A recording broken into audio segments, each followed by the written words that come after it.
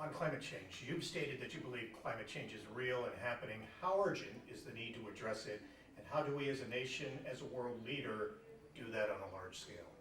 It is urgent, and it's a generational issue. I'm one of the younger members of Congress, no longer the youngest, but this is something that my generation is going to inherit. I've been a leader when it comes to not only the acknowledgement of climate change, but also the focus on science-based solutions. I've been a leader when it comes to promoting renewable energy, both nationally but specifically in the district. I've supported solar and wind tax credits. I also believe that we should have more of a level playing field with other renewable energy resources when it comes to tax incentives. Opportunities like biomass or hydro. Those are clean energy sources that we need to be incentivizing their utilization. And we see the impacts locally within the Adirondacks in terms of public health issues. If you look at the rates of Lyme disease and the fact that ticks are able to survive and live at higher and higher altitudes as the years go on, that's one of the public health impacts of climate change.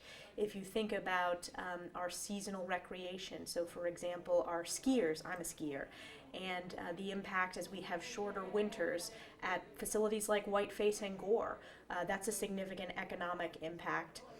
Additionally, issues like acid rain, increases in invasive species, those are all areas that we feel directly impacting the Adirondacks and the North Country region.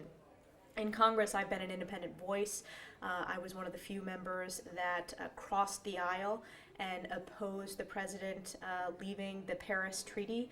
Again, the Paris Climate Treaty is not perfect, but I don't think the U.S. should be the U.S. and Syria, not a part of this international commitment to combat climate change. Where I think it can be improved when we're dealing with this globally is we have to be tough on China and India, who are developing very quickly and they are increasing their pollution. We need to make sure that there's teeth in any international treaty to make sure that they have to abide by it.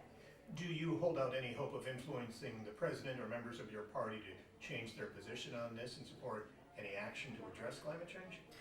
I am hopeful. If you look at public polling, actually, of conservative millennials, even the most conservative millennials believe that climate change is an issue. So I think there's a lot of generational shift in terms of prioritization of this issue. In terms of my colleagues in Congress, I've been able to build coalitions through the Bipartisan Climate Solutions Caucus, where we have defeated anti-climate amendments. An example of that, there was an amendment that I led its defeat that wouldn't have allowed the Department of Defense to enter into contracts with renewable energy companies. That is not good policy, and it would have had an impact in this district when you have a biomass facility at Fort Drum, which is an example of a commitment to energy security, but it also is a self-sustaining energy source for the installation. So we have been able to build those coalitions with members of Congress. You don't believe the Green New Deal is a solution? I do not support the Green New Deal. That is a highly, highly partisan proposal. It is not reflective of this district. It's a $1 trillion tax increase. It also tries to limit dairy consumption and beef consumption. I represent dairy farmers. I represent huge agriculture interests in this district, and I think if you look across America, we ought to be supporting our farmers. I also don't support the $1 trillion tax increases, and it does not have a chance of becoming law. I think the areas where we need to focus are on bipartisan opportunities of agreement. And you oppose carbon taxes? I oppose carbon taxes. If you look at our investments in renewable energy, our investments in research and development, in new technologies, in innovation in the energy space, we've been able to lower our carbon emissions. So we're moving in the right direction. And I think increasing the investment from the private sector, but also incentivizing solar, wind, hydro, biomass, that's the direction we need to move. Do you believe there's enough sense of urgency, though, that people are understanding how soon this could be truly a crisis?